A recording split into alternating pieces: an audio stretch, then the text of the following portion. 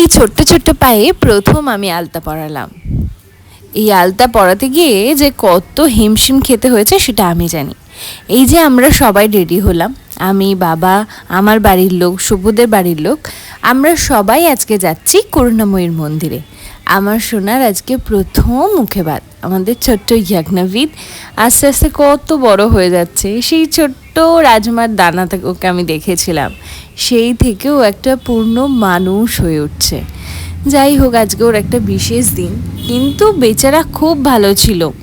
হঠাৎ যখন চারিপাশে এত মানুষের কোলাহল, হঠাৎ করে অচেনা একজন ব্রাহ্মণ ওর মুখে হাত দিল, ব্যাস ওই যে কান্না শুরু করলো, আর থামার নামই নেই। যদিও খুব একটা কাঁদে না, কিন্তু সেই দিনও ভীষণ কাঁদছিল।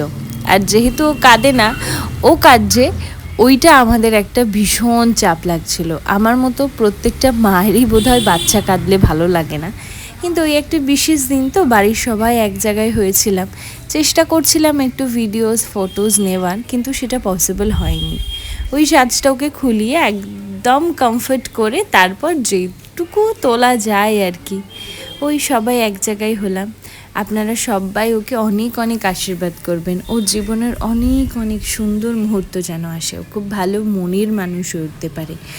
এই যে হচ্ছে করুণাময়ীর মন্দিরে প্রসাদ, আমরা সবাই ঠিক করেছিলাম ওর মুখে প্রসাদ দেওয়ার পরে আমরা সবাই ওখানে দুপুরের আহারটা করব। খুব ভালো ছিল ওখানের খিচুড়ি ভোগটা। আমডাঙ্গার এই করুণাময়ীর মন্দিরে আমি জ্ঞান হয়ে থেকে যাই।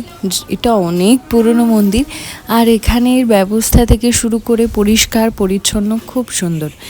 আপনাদের ভিডিওটা কেমন লাগলো অবশ্যই জানাবেন, আর আমার ছোট্ট ইয়াজ্ঞাভিদকে অনেক অনেক আদর ভালোবাসা দেবেন।